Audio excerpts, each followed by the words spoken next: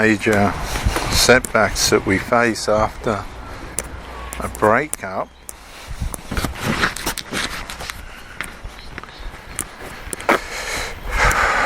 and the ways in which we try and resolve them are really important, because a lot of people turn to drugs and alcohol and other things as a means of resolve. Chemicals through doctors, prescription drugs, things like this don't always produce the outcomes anticipated, and can become, more often than not, problems and addictions within themselves. And a lot of the time these prescribed drugs are mind altering, which means you may not be dealing with a person in their right mind. The pill also, just the pregnancy pill, that can be mind altering in its own way, according to medical reports. So you could have a partner that's on the pill, but it's completely altering the way in which they perceive things and deal with things. So that puts you on the back foot right from the start. So prescribed drugs can impact resolve in a negative way on the one hand, in positive ways in the other. But if you're dealing with someone that is now being impacted negatively by prescribed drugs, then that's going to produce major setbacks in recovery after breakup. What that means is, to some extent, drugs that are supposed to bring resolve can narcissize the situation further, given that the essence of narcissism is based on disintegration. So if you're on prescribed drugs for resolve, but they're disintegrating the problem and not resolving it, then that's narcissizing the issue. It's reducing the issue instead of fixing it. That means the chemical that was supposed to have value is now devaluing the person, which means it's narcissizing the person. What started off to be an asset is now a debit. That's narcissizing. This is where the professionalism and skill of the doctors that are prescribing this stuff comes in, because when something starts to devalue you, then it has to be discarded. And that can happen by a reverse discard, your rejection of that medication, or the discard by the doctor's recommendation. Same goes with sport. If you're in a sport and it's causing you an injury or aggravating an injury, causing devaluation to that area in your body, then that has to be addressed. It has to be resolved. And that resolve could require a discard of that sport for that time until healing takes place. And that could come on the recommendation again of a doctor or a physiotherapist that says, this is aggravating the injury, right? This isn't profitable for your recovery. It's devaluing, it's taking away from healing.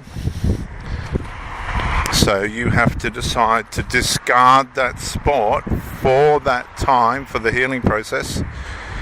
That's a reverse discard in the sense of you're deciding, or a discard via professional advice. Either way, the narcissizing of the situation, the harm that it's causing, that's the narcissism in that given situation, not necessarily relationship related, but the principle. Narcissizing narcissism has to be discarded. Whatever's causing it has to be discarded, in this case sport.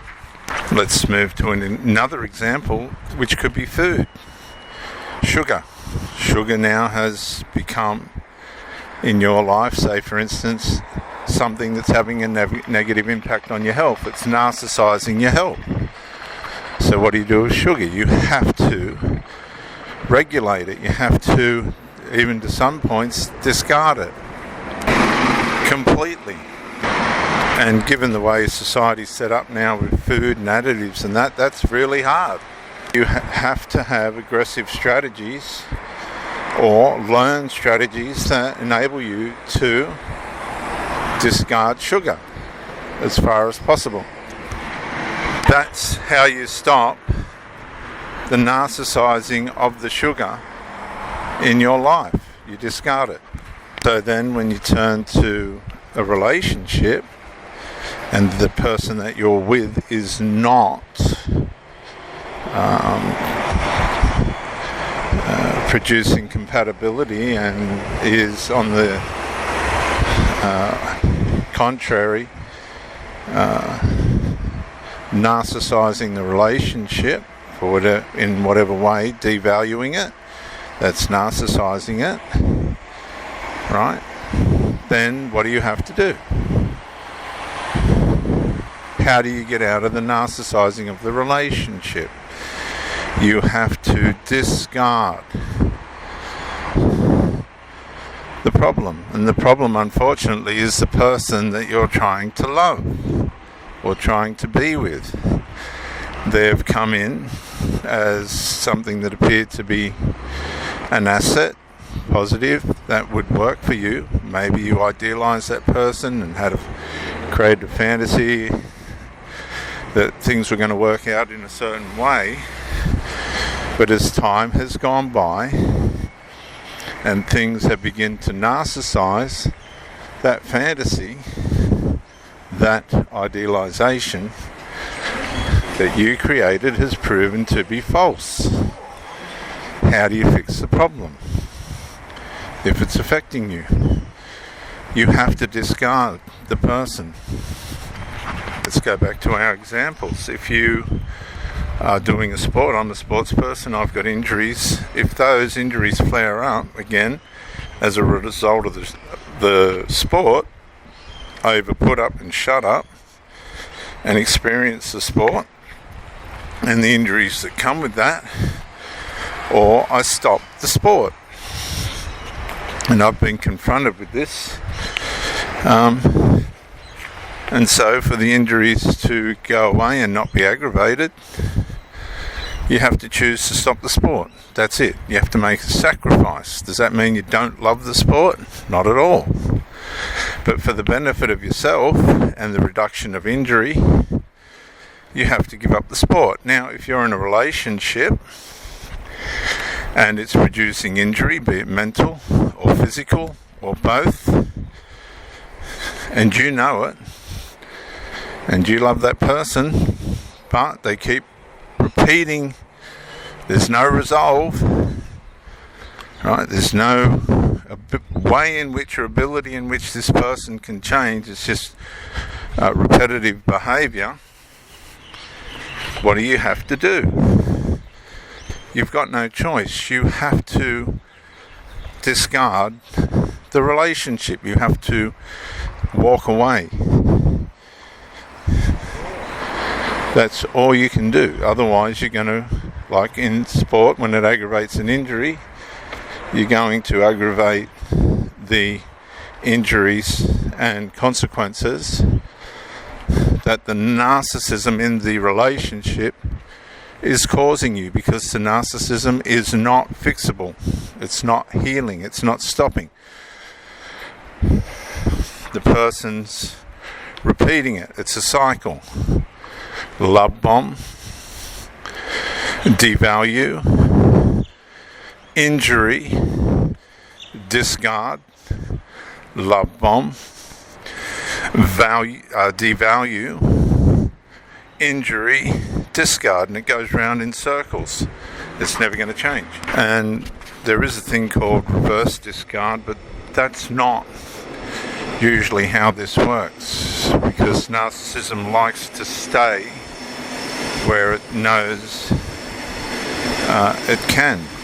Narcissism likes to take the road of least resistance, the devil that it knows. It's like a parasite. Once it's in to the wound, it'll stay there until it's deleted. So let me give you a quick example. I was in a relationship with a woman, and she was in covert emotional incest with a son. This is not uncommon. I've had a few of these now, more than two.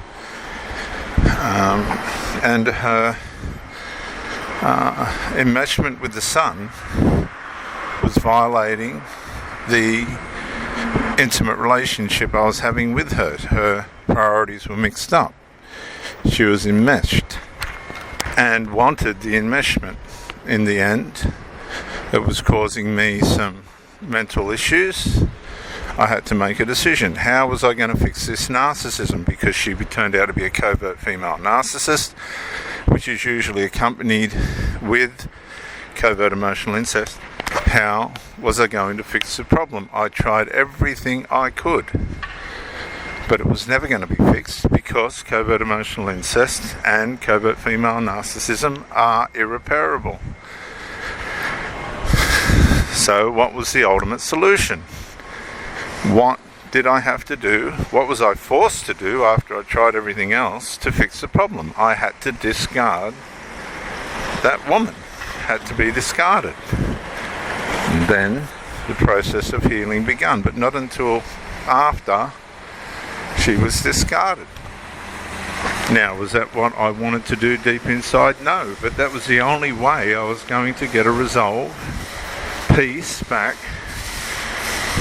out of a situation that was created that was never going to work. Okay? This isn't about good or bad people, it's about